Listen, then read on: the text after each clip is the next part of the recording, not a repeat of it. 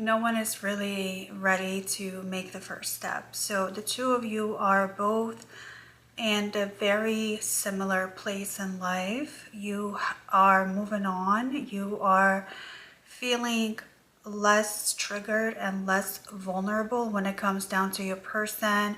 You're finally feeling back to your old self. And the same for your person. They're also feeling like they are moving on in peace. They have stopped reaching out, or they have stopped trying to pull on your energy. They are allowing themselves to let go. And you as well, you are allowing yourself to let go of this connection so you can finally start focusing on yourself. And it's a beautiful thing because now that there's less pressure to make this into something, it gives you a new perspective into what this connection could be in the future if there is a reunion, right? So now, because of this distance, because of this no contact, and because your person doesn't feel as much pressure anymore, they're now able to see just how precious you are. They're now able to see what exactly you need from them. They're now able to see their mistakes much more clearer. They're now able to face their own insecurities in their own time, instead of just having that ugly back and forth with you and projecting their insecurities onto the connection with you. So while they are by themselves, gathering their thoughts, working on their character, they have a different perspective of this connection. Before, they might have viewed this connection as like a situationship or friends with benefits or something that was toxic.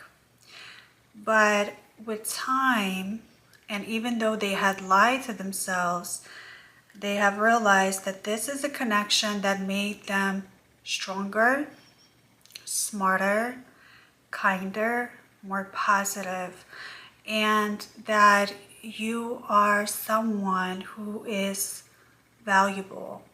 You're someone who is a precious soul. You're someone who was actually guiding them in a way that they were not able to be guided just yet. So they could feel that you wanted the best for them, but they would deny it. They would call you controlling, or they would call you someone who is trying to sabotage a connection instead of actually building something.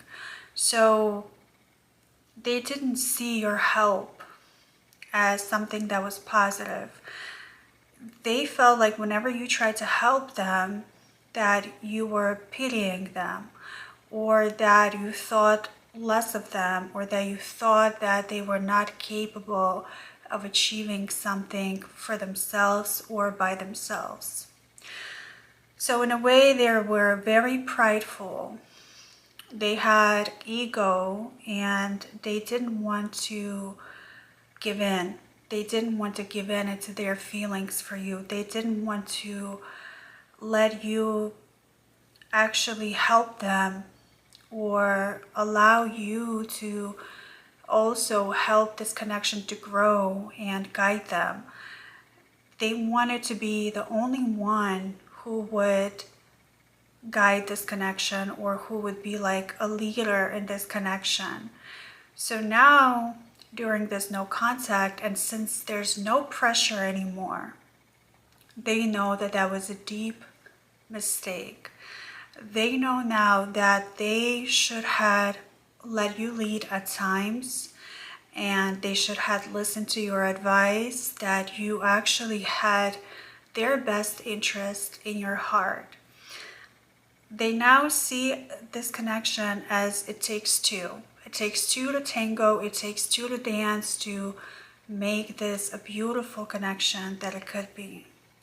So they're also more willing to compromise. They're also more willing to let you in a little bit more. And even though they are moving on, it's still in the back of their mind, they are thinking about you. Even when they are seeing someone else, or they might have a new person in their life that they're interested in, they're still comparing new people to you. They're still seeing if these people have the qualities that you possess. They're always going back to how you are and what you would bring to the table and what you would bring into this connection. And they know that they're missing the piece of the connection that they had with you. And the missing piece is that knowledge that you brought into this connection, the wisdom, the care, and the love. So they know now that what they have with you is different, that they're not able to achieve it with no one else, no matter how much they try, no matter if this new person looks like you or acts like you, or even maybe sometimes think like you.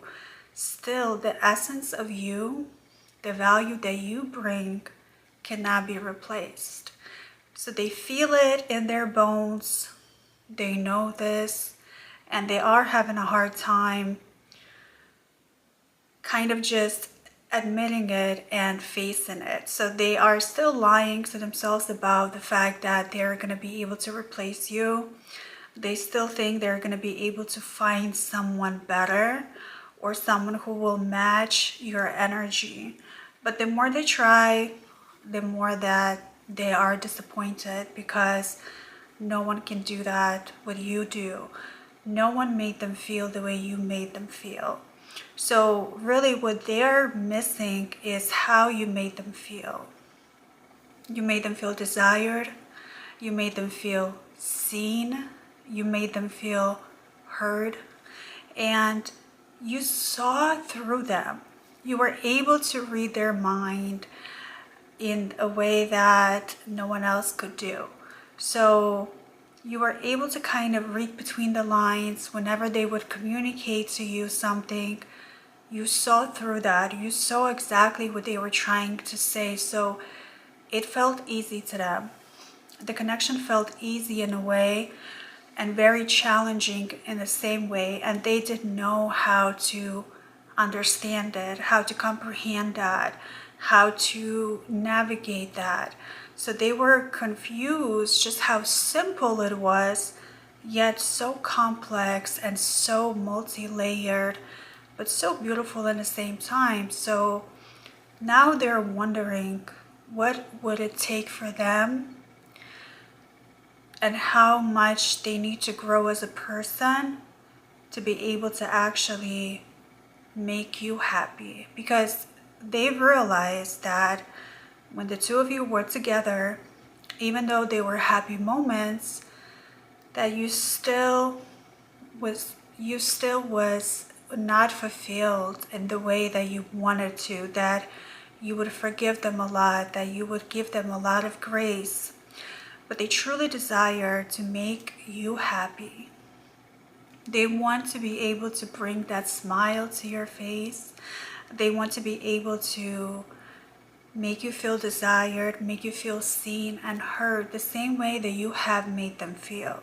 That even though they might have never been able to admit that to you, but they do want to return that favor and more. But they're not so sure in themselves and in their abilities if they're able to do that. They think that they're not worthy of you. They think that it's the end of this connection, because even though they are trying to grow as a person, it's really, really challenging without you, because they don't have that same motivation that they would have when they were talking with you and sharing their life stories and their news and then you would tell them what you've been inspired by. So the spark for life that they used to have when they were with you is gone. And they don't feel as motivated anymore to do something that's bigger than them in life.